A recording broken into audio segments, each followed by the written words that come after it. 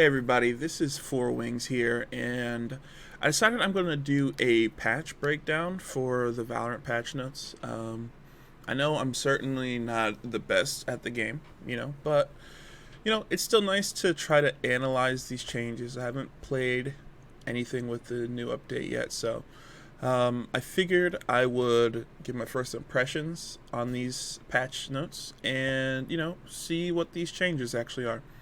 So this is the patch for May 12th, 2020, patch 0.50.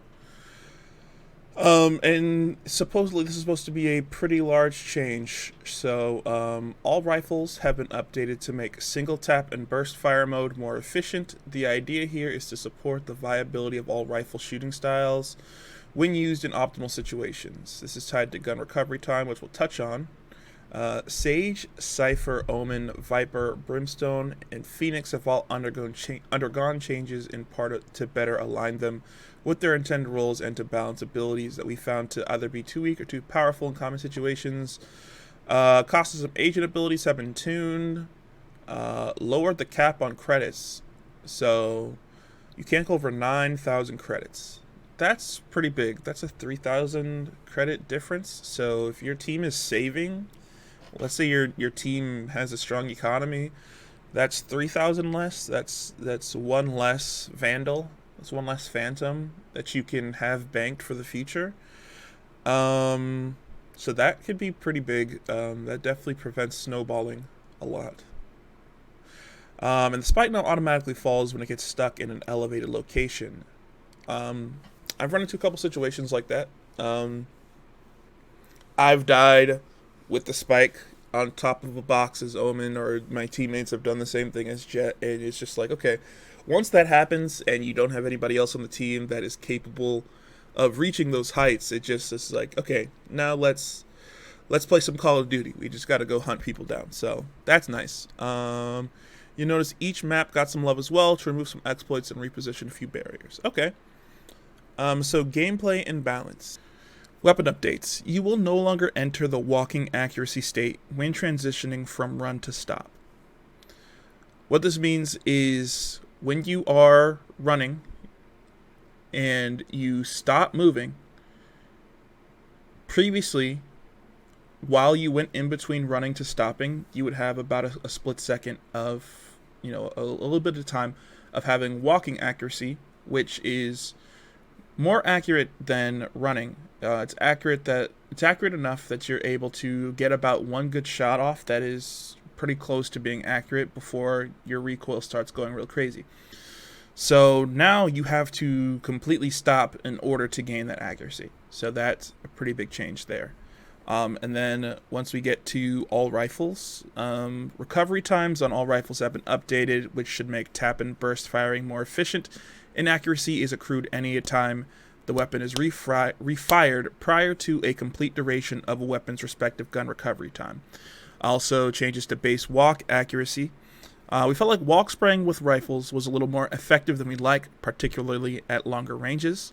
We're going to pull back on this accuracy slightly and continue to monitor. So now walking while shooting a rifle will be less accurate. So that compounded with my thoughts on that. I haven't gotten a chance to mess around with the guns since the patch. But if you look at how they combined the fact that base walk accuracy is lessened, or it's worse, maybe they didn't need to cut out the walking accuracy. I don't know. I don't know how drastic these changes are. But we'll see how they feel about it. But so it's just less accurate while you're walking. Tap efficiency changes, though. Tap efficiency determines the rate that inaccuracy is accrued when refiring prior to waiting for the complete duration of a weapon's respective gun recovery time. This is pretty good. This is the first patch since I think the game has been closed beta that they've really gone into gun mechanics, so it's pretty good to be able to get through a lot of it here. That way you can kind of understand those statistics going forward when these changes come out, kind of get a good grasp on it. So the higher the tap efficiency, the lower the rate of inaccuracy accrual. So basically, when you shoot the gun, shoot one bullet, and you shoot another bullet before your gun is accurate again, the higher that number is, the less inaccurate your shot after that will continue to get. So that's pretty good.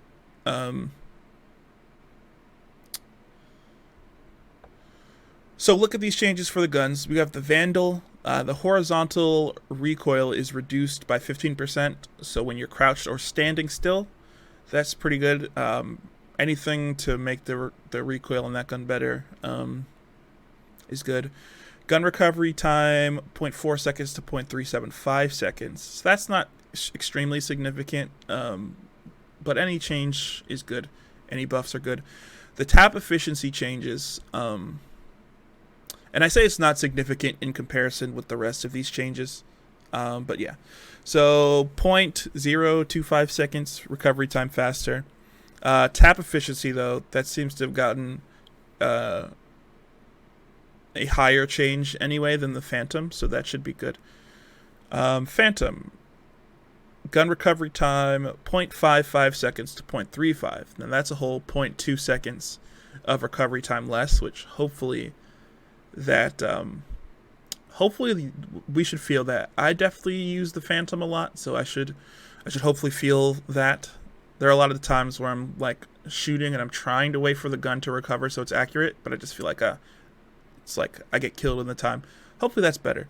And then the Bulldogs, automatic fire, gun recovery time, same change as the Phantoms.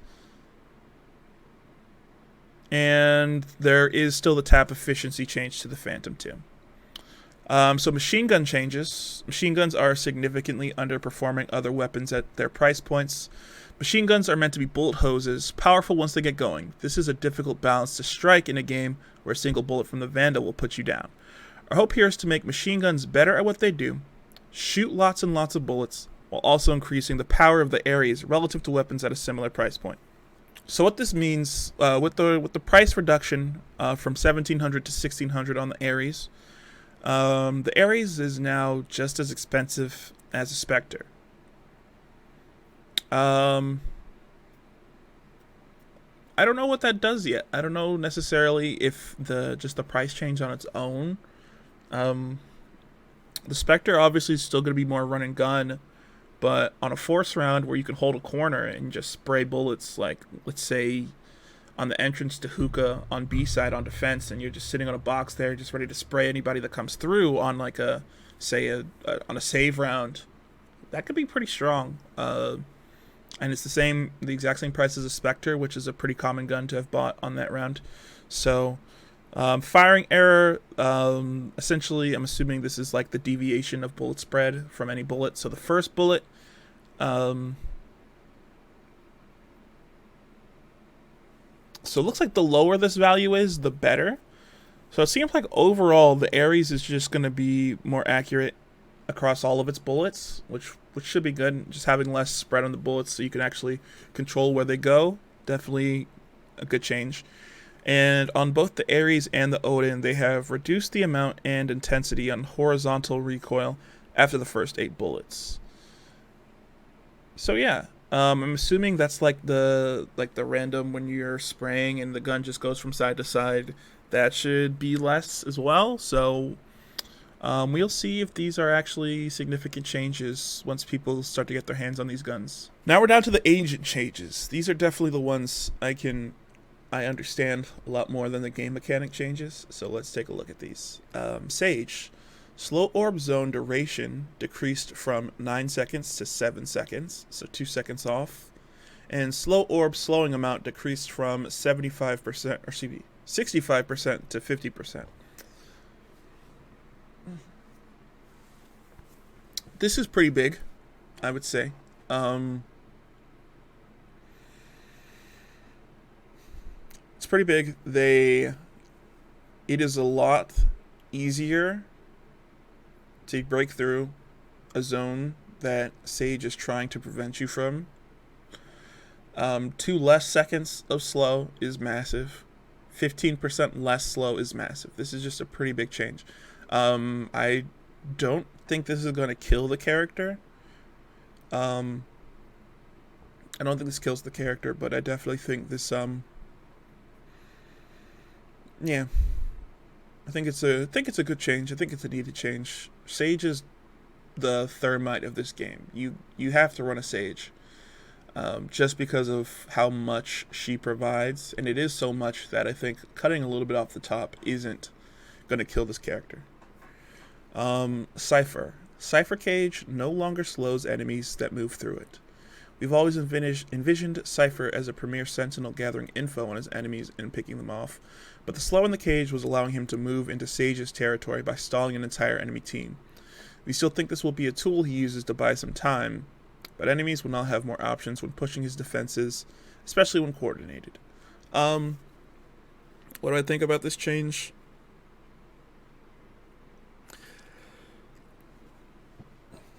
Um,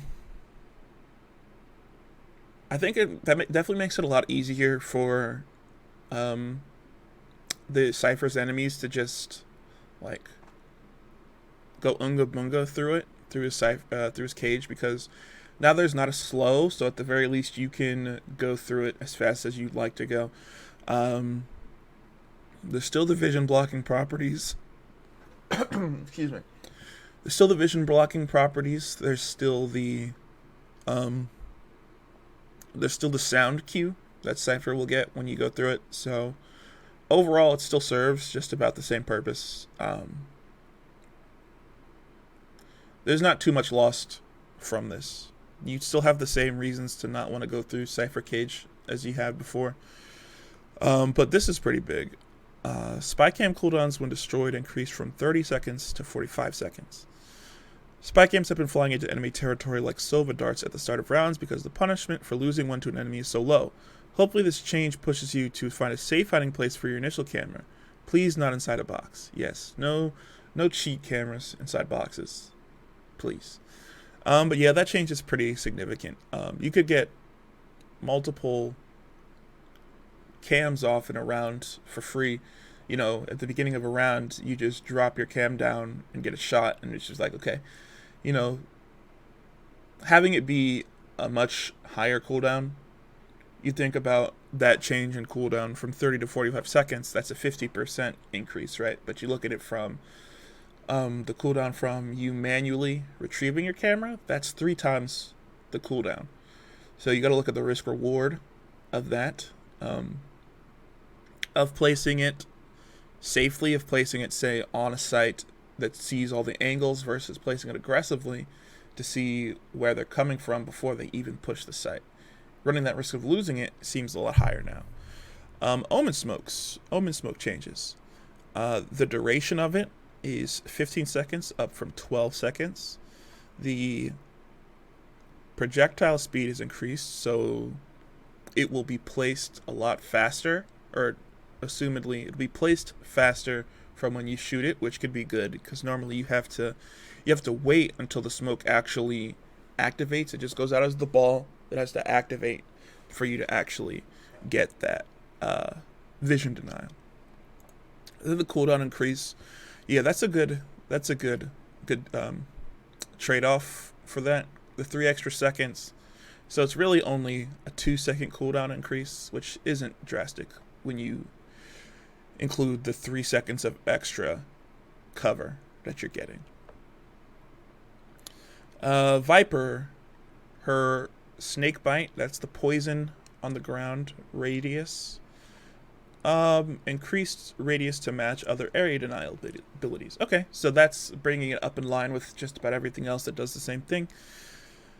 Brimstone Phoenix Vipers. We see you bunny hoppers out there jumping through all these damage abilities. We don't want to completely negate the skill, but also don't want it to trivialize a whole set of character abilities. Height required to jump out of all damage area denial abilities is higher. I'm assuming you have to get a full height, full speed bunny hop to get the full benefit. So I'm guessing if you aren't already at top speed getting the bunny hop, you aren't going to avoid it, which I think is good. One thing I also definitely like is the increase in tick speed on these abilities. If you noticed, I specifically noticed it with Brimstone. It was pretty slow chunks that would deal large amounts of damage, that if you got off of one relatively quickly, if you, let's say you were towards the edge and you could just jump right off, you could maybe only get one tick, which would, um, you wouldn't take as much damage because you just missed a tick. So I think that's a good change. This is pretty big. Agent ability credit cost tuning. We felt the credit cost of some abilities did not match the impact those abilities brought to a match, and made adjustment for a more accurate reflection. Barrier orb increased from 300 to 400 credits. That's pretty big. That's definitely pretty big on pistol rounds, because you had a lot of options before when you bought. You could buy one barrier. You could buy one barrier orb and a ghost. That was an option. You could buy a barrier orb, a slow orb, and a frenzy or light armor. This definitely reduces the options that Sage has. So she can no longer buy a barrier orb and a ghost on pistol round. That's pretty big. Ray's blast pack increased from 100 to 200 credits. That's the jump. That's the movement ability. I haven't played too much Rays, so I don't know how much actual damage that does. But from a movement perspective, which is what I would typically end up using that for, that's pretty significant. Phoenix's flash, 100 to 200 credits. That seems pretty big. You have to consider how much of a change 100 to 200 is. Literally doubling the cost of an ability, especially an ability that you might end up purchasing multiple times. Brimstone's Incendiary increased. I guess that's, with the changes to the Incendiary becoming a bit more consistent, I'd say that's a pretty good change, pretty reasonable change anyway. Jet's updraft reduced from 200 to 100 credits. I think that's pretty good, because a lot of Jet's utility is okay, but it's not game changing. Like Jet getting up onto a box, being able to do that more consistently throughout rounds is pretty good. Agent armor. This is a pretty good, I would say this is almost a bug fixed. Agent armor carried over from prior rounds is no longer destroyed when new armor is purchased, allowing you to sell newly purchased armor and return to your previous armor status. So let's say you have light shields in a round, and you live with the light shields, they aren't damaged at all, and you accidentally in the next round purchase your heavy shields, and you think, oh damn, I don't want heavy shields. I'll just save the light shields that I had because I already spent them and I don't want to waste the credits. Before, if you would right click to cancel the heavy shields, you would go back to no armor. Now you will still have the light shields that you had from the last round. So that's a pretty good change. Character updates. Aldrone has new sounds to match thematically. Okay. We got these new map changes. For Split, that's the map, the rope map. Attacking teams have been having difficulty finding a foothold in territory control across the map. We've made a few changes that should allow attackers better opportunities to contest A main, mid top, and B tower. So here we have side by side the previous map. Ignore the color changes. This is still the accurate map for what was previously there. So this is the pre-patch map, and this is the post-patch map. So when we look at the list of changes here, so barrier locations, defender barrier in B mid has been pulled back. New barriers are in the entrance to vent and atop the staircase in B tower. So this is the old barrier in mid top. It has now been replaced with two barriers here. One on mid vent entrance and at the top of the stairs to heaven. So that's that change. Defender barrier has been pulled back at A ramps. If you look here, this was previously up here past the box. It's now back here behind the box. Attacker barrier has been pushed forward at A main. You used to have this horizontal or this diagonally chopped off. Now you just have it flat cut off here. So that, a lot quicker to push through. Maybe not a lot, but certainly quicker to push through that opening there, and to get stronger angles held at the gate. You can start having you can probably already have this angle here held. So if we take a look here, this is with this new barrier, we can now see through this. We can already be holding this point by the time the round starts. So that's a pretty significant change to that. On the A side, people tend to like to throw a utility here. People tend to like to, like to go through there. A raise grenade at the start of the round, something where they have to, or they'll peek the angle. So now on offense, you have a lot more control over this area as soon as the walls go down. So that's pretty good. So now reading these notes again, attacker barrier has been pushed forward slightly at B main. If you look over here, this was further back here. Now it's up here. So now here we are. We're at the B site. We can now have direct access to these boxes beginning of the round. We also can now see much more. I don't have any video to show necessarily before. I might be able to find some, but what we do have is a lot of control over this angle. Common plays you might see, you could see an Omen. You might see Omen drop a smoke here and then teleport through. You might have more time to see plays like that happen. Also, just people raw peeking this. People like to push this and peek it out. You have the advantage of holding this angle as soon as the walls go down. So yeah, that's a pretty significant change. Angled the wall on the left interior of B tower when pushing up the stairs from mid. This removes a 50-50 angle check when pushing into the space, which should make it more approachable for you to try and gain control of B tower. You can see right here, this wall has been slanted out, so there's less of a corner to watch when you're pushing up through there. So yeah, this wall has been angled out, so you still have to check here, but this used to be a flat wall, so you used to have to check all the way back here. That's different now. So that makes it a lot easier to push onto the site with less angles and corners that you actually have to check. So Radianite crate in B has been changed to a metal crate to provide more cover when planting the spike. So we got this down here. This used to be the green crate that was a lot easier to bang. So now your pistol classic definitely cannot bang that. Looks like you can't even really bang the top of it with the medium penetration gun. More in the corner here. So that banged. But that doesn't bang, so it's going to be harder to get body shots through that. But you can still probably get the headshot. That bangs through that. That doesn't bang through that at all. Can the op bang through this? No. So you definitely can't bang from the other side. So let's say somebody's holding the site from lower. You cannot get banged. You can't get banged through this box at all.